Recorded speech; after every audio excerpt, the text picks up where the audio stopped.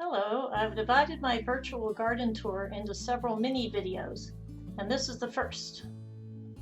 I used to think I had a brown thumb because my plants kept disappearing, but then we put up a deer fence and suddenly everything took off. We now have two large areas enclosed where we can plant freely. For areas outside the deer fence, we either use cages until the shrubs outgrow the deer, or we use a lot of deer repellents and choose plants that are relatively less popular with the deer. 9 years ago, after gardening here for 20 years, I was doing the research for a book on gardening in Northern Virginia and got hooked on native plants and the concept of gardening for habitat. One thing led to another until I became one of the organizers of the Plant Nova Natives campaign. This has given us a great excuse to try to grow all 270 plants in the Native Plant Guide. Of course, some are not suitable for our yard, but we're giving it a pretty good try with the rest.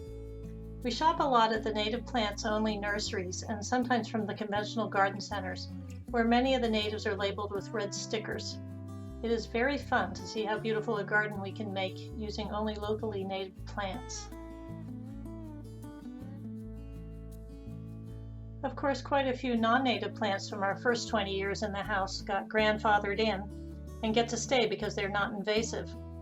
But we have gradually reduced the amount of lawn by 2/3 by allowing the woods to creep in, adding native plants in places that are hard to mow or where grass grows poorly, and converting a side yard into a sort of meadow.